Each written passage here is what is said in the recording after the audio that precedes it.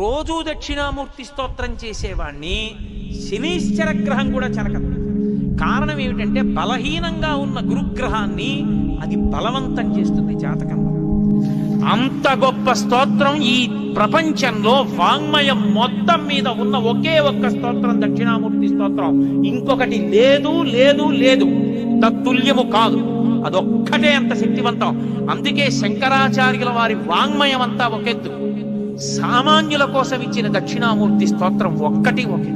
మౌనం వ్యాఖ్యా ప్రకటిత పరబ్రహ్మ తత్వం యువానం వర్షిష్టాంతేవ సదృశీ గణైః ఆవృతం బ్రహ్మనిష్టైః ఆచార్యేంద్రం కరకలిత చిన్ముద్రమానందమూర్తిం స్వాస్మారామం ముదితవదనం దక్షిణామూర్తిమీడే ఫోటవిటపి సమీపే భూమిభాగే నిషన్నం సకలమునిజనానాం జ్ఞానదాతారమారాత్ త్రిభువన గురుమీశం దక్షిణామూర్తిదేవం జనన మరణ దుఃఖచ్ఛేద దక్షం నమామి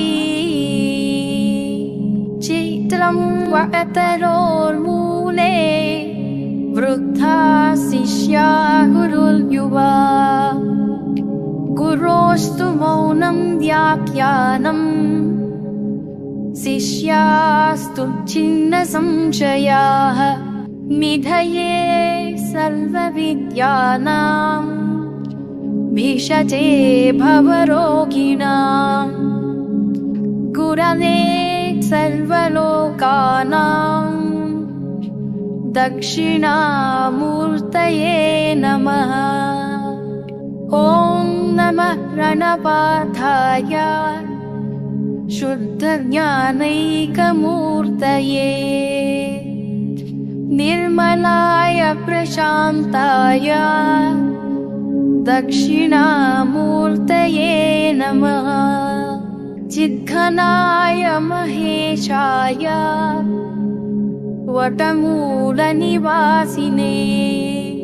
సచ్చిదానందరూపాయ దక్షిణామూర్తయే నమః. ఈశ్వరో గురురాత్మేతి మూర్తిభేద విభాగినే వ్యోమవద్వ్యాప్తదేహాయ దక్షిణామూర్తయే నమః.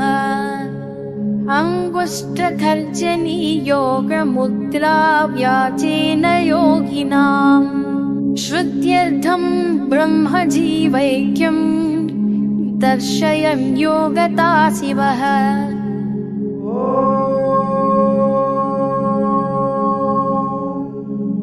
విశ్వం దర్పణ దృశ్యమాన నగరీ తుల్యం నిజాంతర్గతం పశ్యన్నాత్మని మాయయా బహిరివోద్భూతం యథా నిద్రయా యస్సాక్షాత్ కురుతే ప్రబోధ సమయే స్వాత్మానమేవాద్వయం తస్మై శ్రీ గురుమూర్తయే నమ. ఇదం శ్రీ దక్షిణామూర్తయే బీజస్యాంతరివాంకురో జగదితం ప్రాంగ్నిర్వికల్పం పునః మాయా కల్పిత దేశకాల కలన వైచిత్ర్య చిత్రీకృతం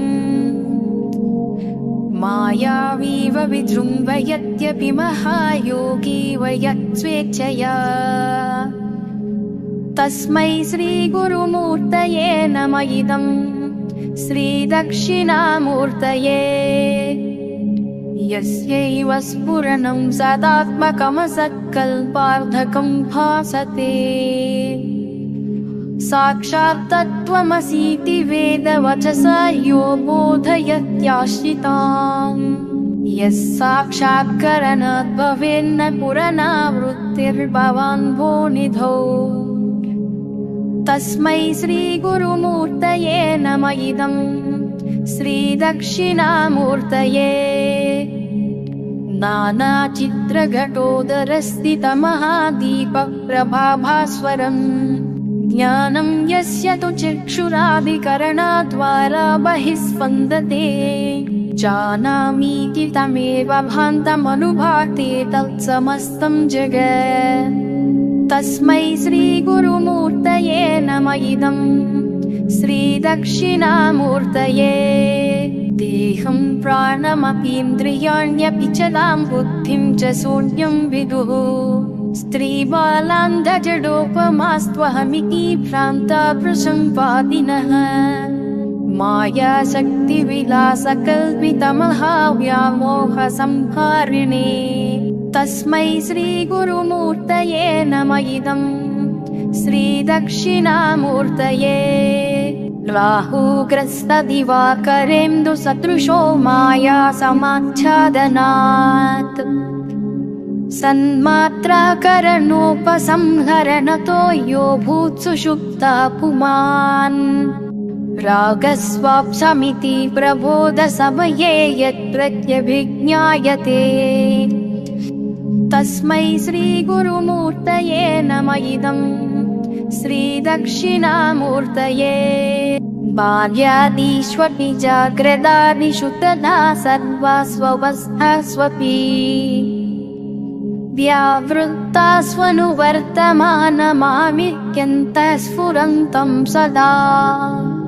स्वात्मानं प्रकटीकरोति पचतां यो मुद्रया भद्रया तस्मै श्रीगुरुमूर्तये नम इदं श्रीदक्षिणामूर्तये विश्वं पश्यति कार्यकारणतया स्वस्वामि सम्बन्धतः शिष्याचार्यतया तथैव पितृपुत्राभ्यात्मना भेदतः स्वप्ने जागृति वा य एष पुरुषो माया परिभ्रामितः तस्मै श्रीगुरुमूर्तये नम इदं श्रीदक्षिणामूर्तये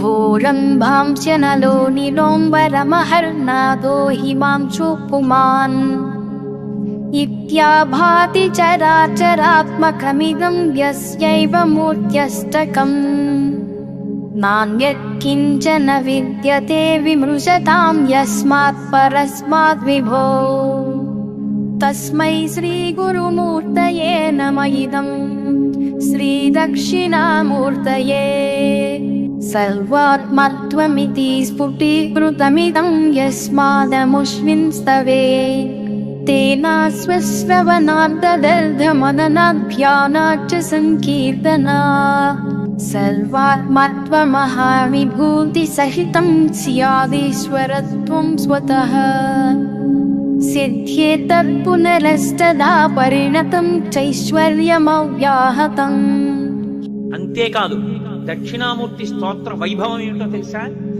ఏల్నాటి శనిలో ఉన్నవాడు, శని వక్రించిన వాడు కూడా బెంగపెట్టుకోగలడు. కొన్ని కోట్ల జన్మలు తపస్సు చేస్తే వచ్చేటటువంటి జ్ఞానం ఆ శ్లోకాలు రోజు చదువుకోవడం వల్ల వస్తుంది. నే చెప్పట్లేదు, శంకరులు చెప్పేశారు ఆఖరి శ్లోకంలో. ఈ శ్లోకాల్ని, ఈ స్తోత్రాన్ని, దక్షిణామూర్తి స్తోత్రాన్ని ప్రతిరోజు ఎవరైతే చదువుకుంటున్నారో, చదవడం చేత కాని వాళ్ళు, చదువుకోవడం వచ్చిన వాళ్ళు చదివితే వింటున్నారో, విని ధ్యానం చేయగలుగుతున్నారో, ధ్యానం చెయ్యలేకపోతే కనీసం పఠిస్తున్నారో, వింటున్నారో, ఇలాంటి వాళ్ళందరికీ కూడా సర్వాత్మత్వమితి స్ఫుటీకృతమిదం, ఆత్మ అనుభవంలోకి రావడమే కాదు, దానితో పాటుగా సమస్త సిద్ధులు కూడా కలుగుతాయి.